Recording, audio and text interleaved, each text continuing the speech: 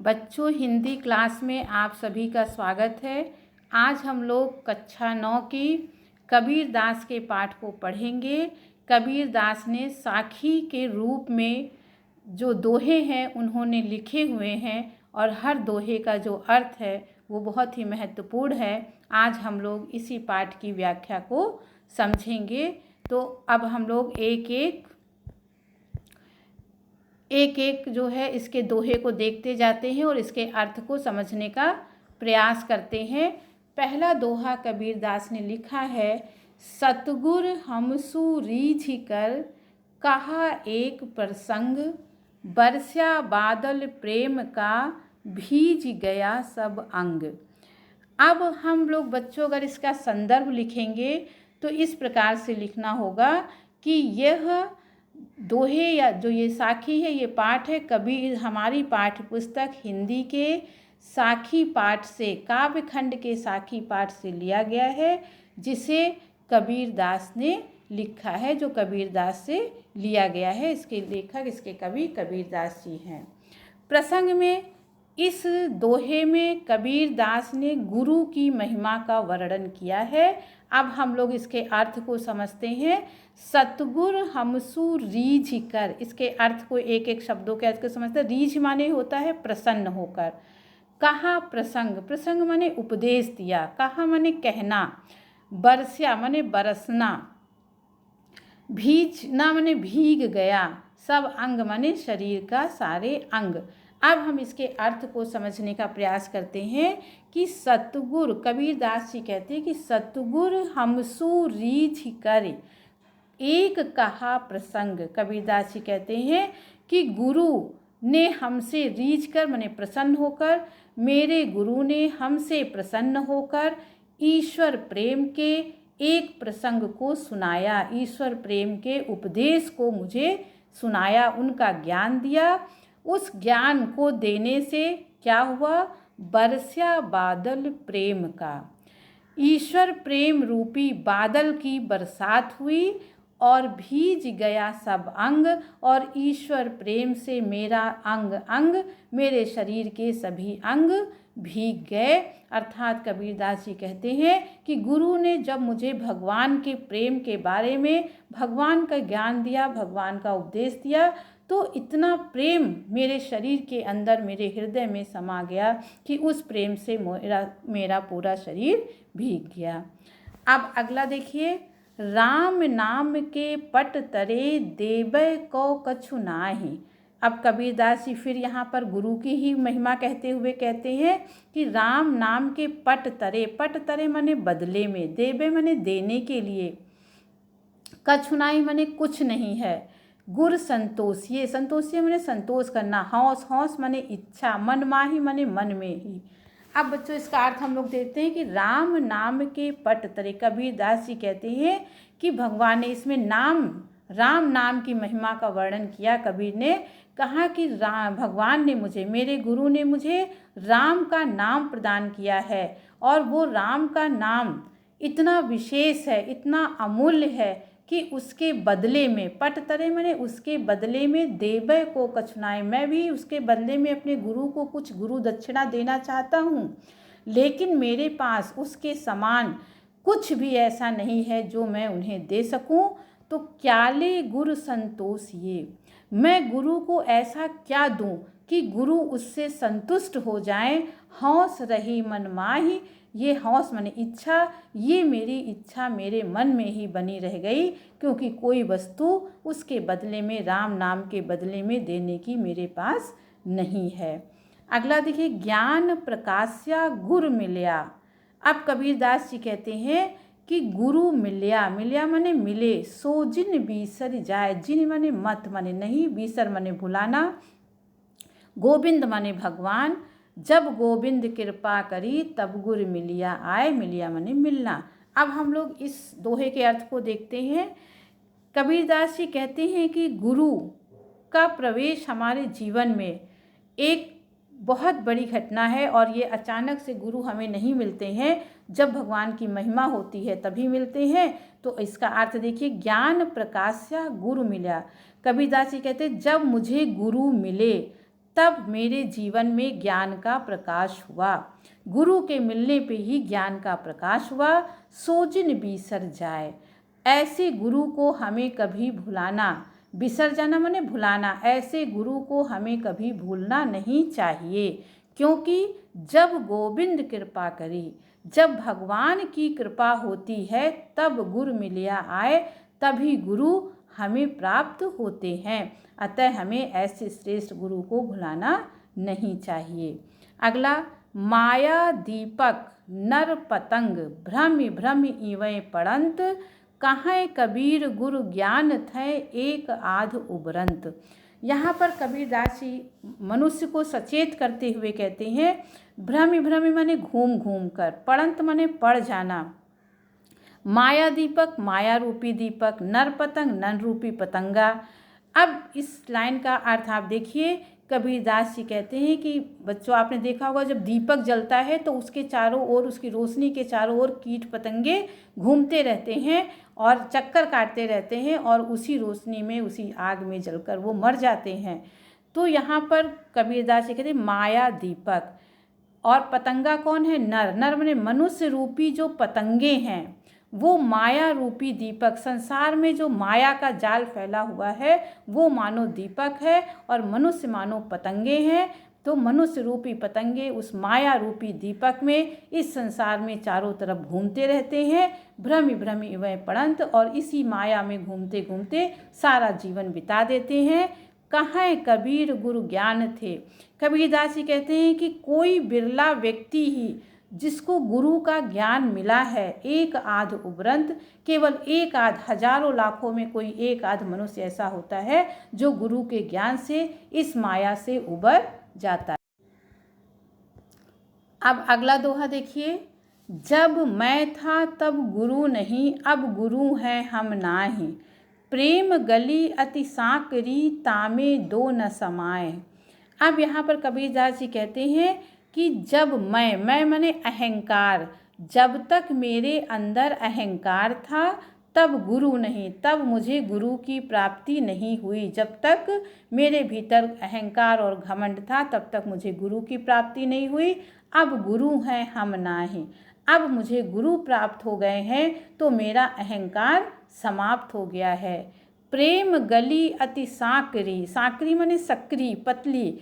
कबीर का कहना कि प्रेम की जो गली है वो अत्यंत पतली है। तामे दो न समाए, तामे माने उसमें दो लोग एक साथ नहीं आ सकते हैं, नहीं समा सकते हैं। या तो उसमें अहंकार ही रहेगा या तो उसमें गुरु ही रह सकते हैं। इस गली में दो लोगों के समाने की कोई जगह नहीं है। अगला दोहा, भगति भजन हरि नाव है, दूजा दुख अपार, मनसा बाचा कर्मना, कबीर सुमिरन सार। कबीर इसमें स्मरण के सार, नाम स्मरण की महिमा का वर्णन इस दोहे में करते हैं। क्या कहते हैं? भगति भजन हरि नाव, नाव माने नाम है। कहते हैं कि असली भक्ति और भजन तो ईश्वर का नाम स्मरण है। दूजा दुख अपार, और ईश्वर के नाम के बिना इस संसार में जो कुछ भी दिखाई देता है, दूजा माने दूसरा, जो कुछ भी दिखाई देता है उसमें बहुत दुख भरा हुआ है, वो दुखों से भरा है। तो कबीर कहते हैं मनसा वाचा कर्मना, कबीर सुमिरन सार। कबीर ने कहा कि मनसा माने मन से, वाचा माने वचन से, कर्मना माने कर्म से, मन से, वचन से और कर्म से सुमिरन, भगवान का स्मरण ही इस जीवन का सार है। इसलिए हमें भगवान के स्मरण को कभी भूलना नहीं चाहिए। अगला दोहा, कबीर चित्त चमंकिया चहुदिस लागी लाए। कबीरदास जी कहते हैं कि मेरे चित्त माने हृदय में, चमंकिया माने चमक, कहते मेरे हृदय में जब ज्ञान की चमक फैली, ज्ञान का प्रकाश फैला, तो मैंने उस प्रकाश में क्या देखा कि चहुदिस लागी लाए, लाए माने होता है आग। चारों तरफ इस संसार में चारों तरफ माया और विषय वासना की आग लगी हुई है। हरि सुमिरन हाथू घड़ा बेगे लेहु बुझाए। और जैसे मैंने देखा चारों ओर विषय वासनाओं की, माया मोह की आग लगी है, मैंने हरि सुमिरन, ईश्वर के नाम स्मरण रूपी घड़े को हाथ में ले लिया और बेगे लेहु बुझाए, मैंने इस आग को इस माया मोह की आग को मैंने तुरंत बुझा दिया। अगला, अंखड़ियाँ झाई पड़ी पंथ निहार निहार, जी भड़ियाँ छाला पड़या राम पुकार पुकार। अब कबीरदास विरह, इसमें विरह का बात बताई गई है कि कबीरदास भगवान का दर्शन करना चाहते हैं, परमात्मा के दर्शन करना चाहते हैं, लेकिन परमात्मा के दर्शन उनको हो नहीं पा रहे हैं। तो वो बहुत ही वियोग से व्यथित हैं और कहते हैं कि अनसड़ियाँ अंखड़ियाँ झाई पड़ी पंथ निहार निहार, हे ईश्वर आपका रास्ता, पंथ माने रास्ता, आपका रास्ता देखते देखते हमारी आँखों में झाई पड़ गई है, अर्थात हमारी आँखों से अब धुंधला दिखाई देने लगा है। जी भड़िया छाला पड़या राम पुकार पुकार, और राम आपका नाम पुकारते पुकारते मेरी जीभ में छाले तक पड़ गए हैं, लेकिन अभी तक आपके दर्शन हमको नहीं। अब अगला दोहा हम लोग देखते हैं। कबीरदास ने इस दोहे में क्या कहा है कि झूठे सुख को सुख कहे मानत है मन मोद। अब वो मनुष्य को सचेत करते हुए कबीरदास जी कहते हैं कि हे मनुष्य, तुम इस संसार के झूठे जो सुख हैं उनको तुम सच्चा सुख कहते हो, सच्चा सुख मानते हो। मानत है मन मोद, मोद मने आनंद, और इसी झूठे सुख में तुम अपने को आनंदित मानते हो, अपने को खुश मानते हो, लेकिन ये जो संसार का सुख है ये सुख बिल्कुल झूठा है, तुम इसमें मग्न मत रहो। जगत चबैना काल का कछु मुख में कछु गोद। काल माने होता है मृत्यु, लेकिन ये जो जगत माने संसार, चबैना माने नाश्ता, कहते कि ये जो जगत है, ये जो पूरा संसार है, ये तो काल के मुख में मृत्यु का ग्रास बना हुआ है। मृत्यु इसका ये नाश्ता है और वो इसको समाप्त कर रहा है धीरे धीरे इस संसार को। कुछ तो उसके मुख में जा चुके हैं, अर्थात कुछ तो मृत्यु को प्राप्त कर चुके हैं और कुछ उसकी गोद में हैं, वो इंतजार कर रहे हैं, अब उनकी बारी आने वाली है। तो ये संसार झूठा है, इसको सच्चा सुख नहीं मानना चाहिए। सच्चा सुख तो भगवान की भक्ति है, उसी में मनुष्य को मन लगाना चाहिए। अगले दोहे में कबीरदास जी कहते हैं कि जब मैं था तब हरि नहीं, अब हरि है मैं नाही। इसी तरह का एक दोहा ऊपर आ चुका है। अहंकार और भगवान एक साथ नहीं मिलते हैं, तो इस दोहे में यही बात समझाते हुए कबीरदास जी कहते हैं कि जब मैं था, मैं माने अहंकार, जब तक मेरे अंदर अहंकार था तब तक मेरे पास हरि नहीं माने भगवान नहीं थे। अब हरि है मैं नाही, अब हमारे पास हरि माने भगवान है, तो मेरे पास अहंकार नहीं है, मेरा अहंकार समाप्त हो गया है। सब अंधियारा मिट गया जब दीपक देखा माही। कबीरदास जी कहते जब ज्ञान के दीपक में मैंने देखा तो मेरे भीतर का जितना भी अंधेरा था, अंधकार था, वो सारा अंधकार समाप्त हो गया। अब अगले दोहे में कबीरा कहा गरबियो ऊंचे देखी आवास। कबीरदास जी मनुष्य को सचेत कहते हैं। गरबियो माने गर्व करना, ऊंचे देख आवास, आवास माने आवास माने घर भवन। कबीरदास जी कहते हैं कि हे मनुष्य, तुम अपने ऊंचे ऊंचे आवासों को, ऊंचे ऊंचे महलों को देखकर गर्व क्यों करते हो? क्योंकि काल ही पर्यो भू लोटना ऊपर जामे घास। कल क्या होगा? आज जिस घर को देखकर, ऊंचे ऊंचे महल को देखकर तुम गर्व करते हो, गर्व से फूले नहीं समाते हो, कल एक दिन ऐसा आएगा जब ये भूए लौटना, ये ज़मीन पर गिर जाएंगे, पुराने हो जाएंगे, ज़मीन पर गिर जाएंगे और इनके ऊपर घास जम जाएगी। इसलिए तुम अपने ऊंचे महलों को देखकर गर्व मत करो। अगले दोहे में कवि कहते हैं कि यहू ऐसा संसार है जैसा सैमल फूल। सेमल एक फूल होता है, सेमल पुष्प का नाम है। वो बहुत ही लाल रंग का चमकीला होता है और बहुत ही सबको आकर्षित करता है। तो कबीरदास उसी का उदाहरण देते हुए कहते हैं यह ऐसा संसार है, ये ऐसा संसार है कि जैसा सेमल फूल, जिस प्रकार सेमल का फूल चमकीला और सुंदर दिखाई देता है, ये संसार भी देखने में बहुत ही चमकीला और आकर्षण से भरा हुआ लगता है। लेकिन दिन दस के व्यवहार को झूठे रंग न भूल। लेकिन जैसे सेमल का फूल कुछ दिनों के बाद मुरझा जाता है, उसका आकर्षण समाप्त हो जाता है, उसी प्रकार ये संसार की चमक भी 10 दिनों की है, अर्थात थोड़े दिनों की है।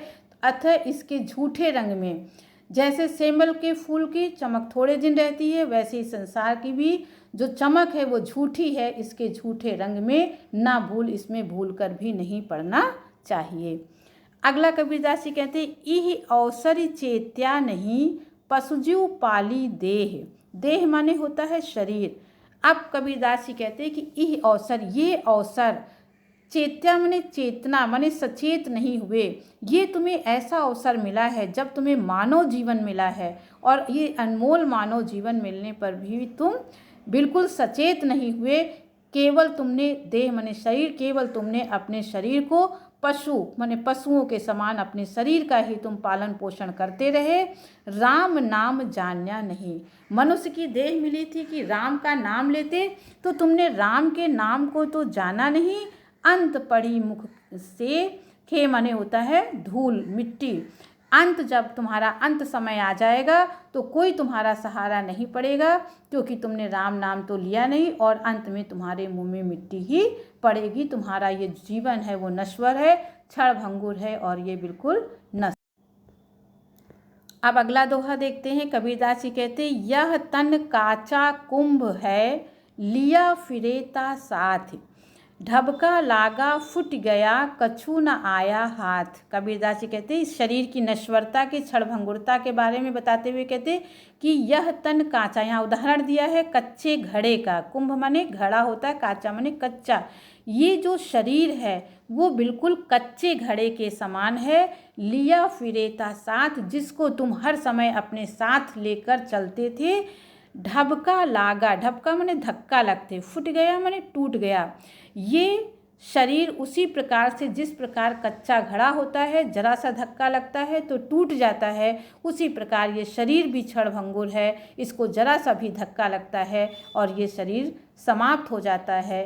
कछु न आया हाथ, उसके बाद कुछ भी हाथ नहीं आता है। इसलिए इस शरीर को अगर तुमने प्राप्त किया है, मानव जीवन मिला है, तो इसे राम नाम लेकर, नाम स्मरण करके इसे सफल कर लेना चाहिए। अब अगला और अंतिम कबीरदास जी कहते, कबीर कहा गर्भियो देही देख सुरंग, बिछड़िया मिलबो नहीं ज्यों काचली भुजंग। अब इसके देखिए, गर्भियो माने गर्व करना, देही माने देह, सुरंग माने सुंदर रंग को, बिछड़िया माने बिछड़ कर, मिलबो माने मिलता नहीं है, काचली माने केचुल, और भुजंग माने होता है सांप। अब हम इसके अर्थ को देखते हैं। कबीरदास जी कहते हैं कि तुम अपने देह माने शरीर के, सुरंग माने सुंदर रंग को देखकर, हे मनुष्य तुम क्यों गर्व करते हो। बिछड़ ब्या मिलबो नहीं, ये शरीर क्षण भंगुर है, और जब ये बिछुड़ जाएगा तो ये तुमको नहीं मिलेगा।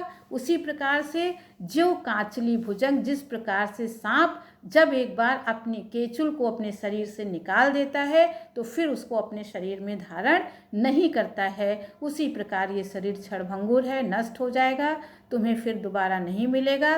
तो अब तुम्हें ये अनमोल जीवन मिला है, तो इसे भगवान का नाम लेकर इसे सार्थक कर लो। बच्चों, इस प्रकार से ये कबीर के दोहे थे। अगर हम इसका काव्य सौंदर्य देखें तो इसमें भाषा कबीरदास की सधुक्कड़ी भाषा है, और शैली इसमें मुक्तक शैली है, रस इसमें शांत रस का इस्तेमाल किया गया है, और छंद ये दोहा छंद है, और गुण इसमें प्रसाद है। इस प्रकार हम इसका काव्य सौंदर्य भी लिख सकते हैं। तो अब ये वीडियो यहीं पर समाप्त करते हैं। बच्चों, अगर तुम्हें ये वीडियो अच्छा लगा हो तो आप इसको सब्सक्राइब कर लीजिए, इसको शेयर कर दीजिए, लाइक कर दीजिए, ताकि अगला जो वीडियो कक्षा 9 का बने वो आप तक फ़ौरन पहुंच जाए। अब इस वीडियो को यहीं बंद करते हैं और अगले वीडियो में किसी दूसरे टॉपिक के साथ फिर आएंगे। धन्यवाद।